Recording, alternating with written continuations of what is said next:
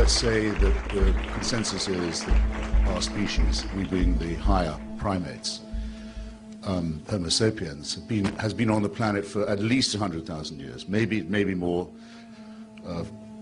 Francis Collins says maybe 100,000, Richard Dawkins thinks maybe 250,000. I'll take 100,000. In order to be Christian, you have to believe that for 98,000 years, our species suffered and died, most of its children dying in childbirth, most other people having a life expectancy of about 25, dying of their teeth, famine, struggle, bitterness, war, suffering, misery, all of that for 98,000 years. Heaven watches it with complete indifference. And then 2,000 years ago thinks, that's enough of that. It's time to intervene. The best way to do this would be by condemning someone to a human sacrifice somewhere in the less literate parts of the Middle East. Let's appear to the Chinese, for example, where people can read and study evidence and have a civilization. Let's go to the desert and have another revelation there. This is nonsense. It can't be believed by a thinking person. Why am I glad this is the case? To get to the point of the wrongness in the other sense of Christianity. Because I think the teachings of Christianity are immoral. The central one is the most immoral of all. That is the one of vicarious redemption. You can throw your sins onto somebody else. Vulgarly known as scapegoating, in fact, or originating as scapegoating in the same area, the same desert. I can pay your debt if I love you.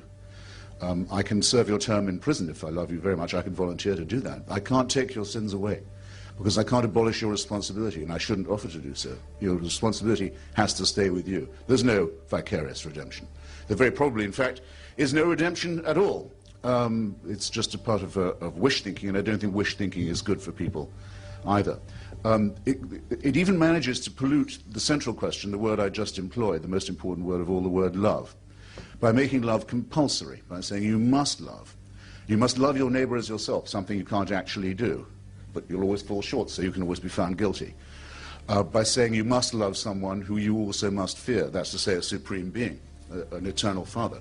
Someone of whom you must be afraid, but you must love him too. If you fail in this duty, you're again a wretched sinner. This is not mentally or morally or intellectually healthy, and that brings me to the final objection. I'll condense it, Dr. Olaski, which is that this is a totalitarian system.